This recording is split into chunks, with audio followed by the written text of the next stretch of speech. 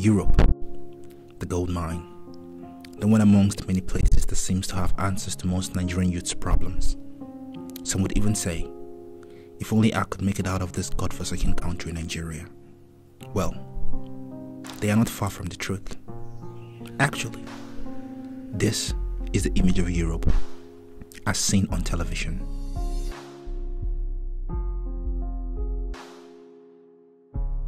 Opulence, riches, nice and fast cars, gold on the streets, beautiful white ladies, and once in a while, the Hollywood celebrators. But this is what you don't see on TV.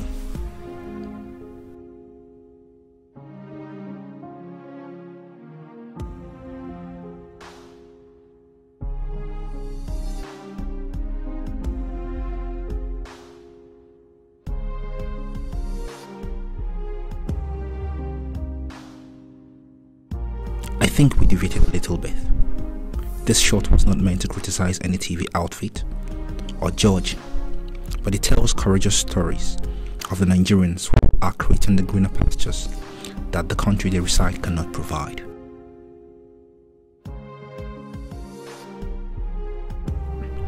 Ukraine, a home to more than 10,000 Nigerians, most of whom came to study and others for some other reasons. Aside the beauty of this God-blessed country, it faces some major challenges just like every other country. According to Eurostat, it estimates that 26 million men and women in the EU28, of whom 19 million were in the Euro area, were unemployed in October 2013. Compared with September 2013, the number of persons unemployed decreased by 75,000 in the EU28 and by 61,000 in the Euro area.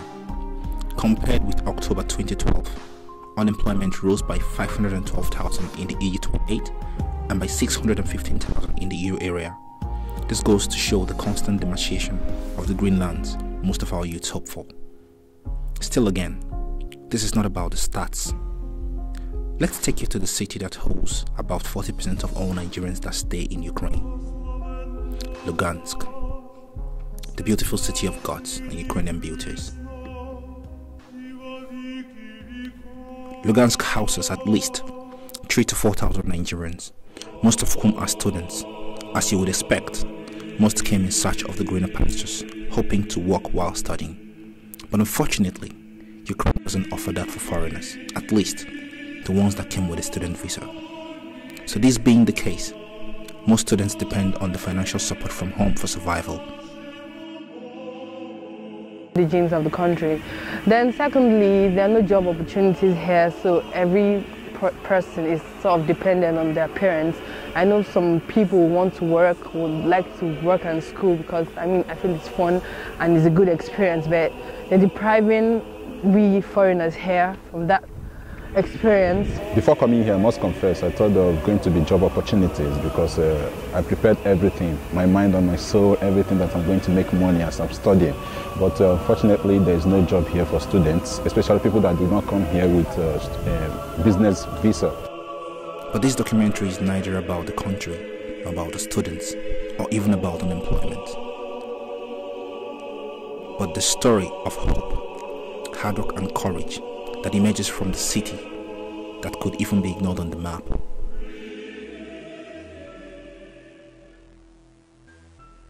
We focus on 3 young men who have taken it upon themselves to plant the greener pastures since they couldn't find any.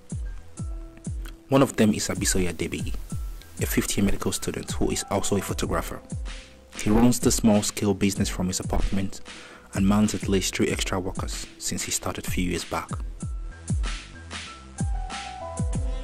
My name is Abisoya Debi Anthony. I'm a medical student in Ukraine and I'm also a photographer.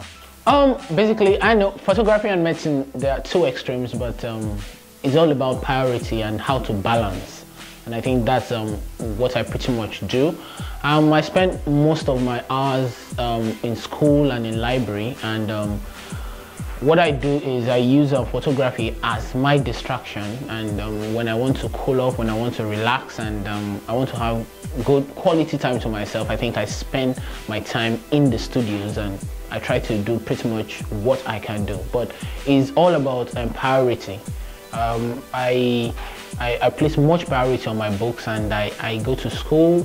I have a lot of library times, and I try as much as possible to maximize my time. Now, that is not easy, but it's pretty much the sacrifice I have to make if I have to balance my medical career and my love for photography. My motivation comes from my background. I'm a kind of person that do not want to spend my time, I really want to maximize my time.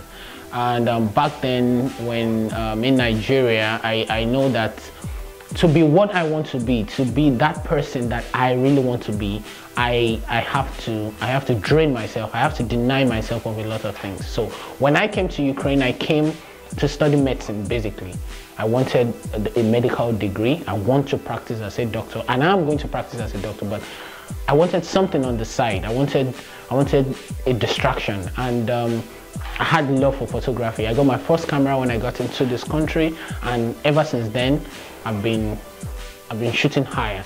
Although some came knowing the conditions to expect, for others, it was quite different. Since they found themselves in the hard condition, they took the bulls by the horn. One of such people is Eddie, one of the most renowned hair salon owner in the whole of Ukraine, and one of the very first owned by a foreigner. My name is Eddie Dion Upaka. I'm only called Eddie. Actually, I'm here in Ukraine. I came to study in Ukraine.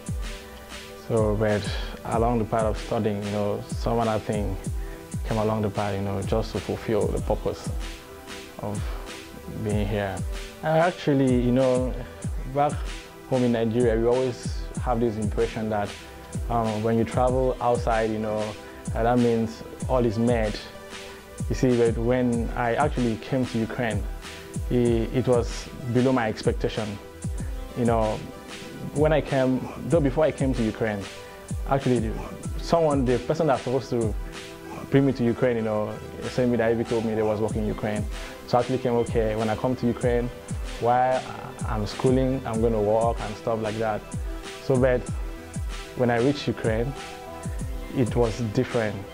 Came to realize that students here don't work. And based on some barriers like the language barrier, it was difficult communicating, when you're in a place that you cannot communicate with people and the people cannot understand you, so it becomes a problem. Yeah, for me, people keep always asking me, Eddie, maybe you used to barb before in Nigeria or something. I never barbed before in Nigeria. Only when I came here, I never knew how to barb, but I came to Ukraine with my own clipper because, I used to shave myself. So reaching here, nothing to do. And another thing, when I came, I couldn't start school early because there was no money for me to start school. So it was funny. And when other people are going to school, I would just be in the hostel doing nothing. But thanks to God and my friends then, the people that I was staying with, the guys, they kept encouraging me, Eddie, just think of what to do. What else can you do? I thought of so many things. I tried Forex, it wasn't working. I tried different things, it wasn't working. But I never knew barbing would be the option because I never knew how to barb before. But like sometimes in the morning, I would just go out, stand and shave. People always say, Eddie, okay, just help me do this. Just help me carve here, just me line here. Just like that. That was how the ministry just grew along the line. I faced so many challenges, because it wasn't easy. Nobody knew me. But along the line was just getting better, getting better. While some took to the studio and shops, this young man went to the kitchen. Chefland, as usually called, is probably not the first who tried cooking for a living in Ukraine. My name is Sheruddin Oyindamola Inloye. I'm a management student in Lugansk National University. I completed my BLC now. I'm doing my master's in organizational management and control. When I got to Ukraine, Like I was actually looking for a better place than Nigeria actually. So when I got here, my impression was actually different from like the kind of motive I was having back then at home. So when I got here, I was definitely look at, wow, there's nothing to do. Then I know how to cook. Then like I just like, okay, let me just convert my my hobby. Like I should just try and convert it and try to, you know, develop it to the next level. Like that's what I'm doing now. Like I cook almost every day. Like no matter, at least one pot of soup in a day. I cook for occasion. I cook for birthday party. Cook for wedding. Cook for church anniversary. Individual, like personal cooking. Like people call to order food and stock it in the fridge for the week. Like I look all around now, people don't really have African stuff they can eat. All we eat is pizza, Chinese food and all the stuff. Like I was like, oh, Lugans happens to be one of the most populated city when it comes to like Nigerians in the city, in Ukraine as a large. So I was like, okay, fine, I already have the people around me, the population was there already, so I can definitely convert, like extend my services to people out there, not within my friends alone, and convert it to money, something. So it's all cool. The truth about the whole matter is, the condition bent these men, but they stood up to create what they wanted. When asked about their advice for the people searching for greener pastures, the flair of coming to Europe was to really search for a greener pastures. But while I was coming, I had that in mind that the pastures would not be as green. But when I got here, I found out that it's all about making use of the opportunity you have around you. The only limitation you can have as a human being is you yourself. My advice is this. Where you are is where your green pasture is. I don't think a Nigerian has to travel out of Nigeria, or you have to get to some particular places before you can make it. I must say I cannot wait to get back to Nigeria, because I think that is where my green pasture is. With all I know right now, I am still limited. I want to take what I know right now, my medical career, the little I know from photography, if you call it little, I want to take it back to my country and impact. For me, my advice to anybody that hopes to leave Nigeria to Europe or anywhere for a greener pasture, there is no greener pasture anywhere. You know, everywhere has the same ability.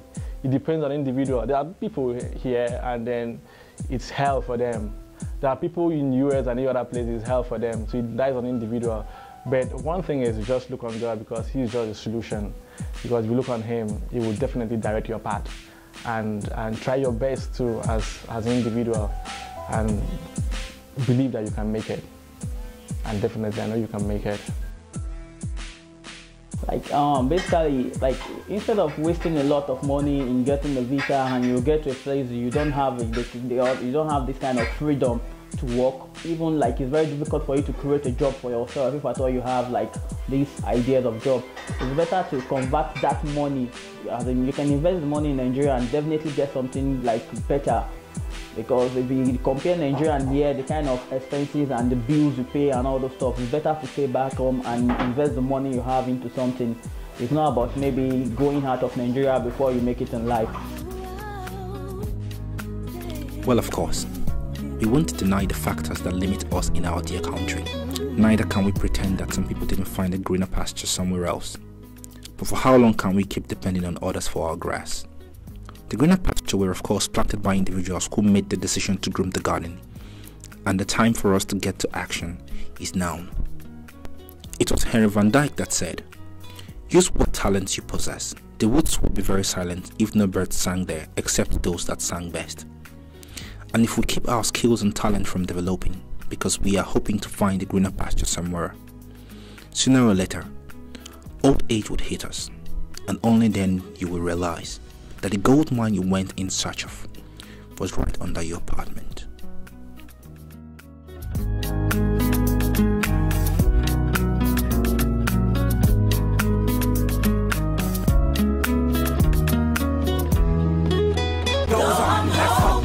Yes, I am hopeful for today. Take this music and use it. Let it take you away and be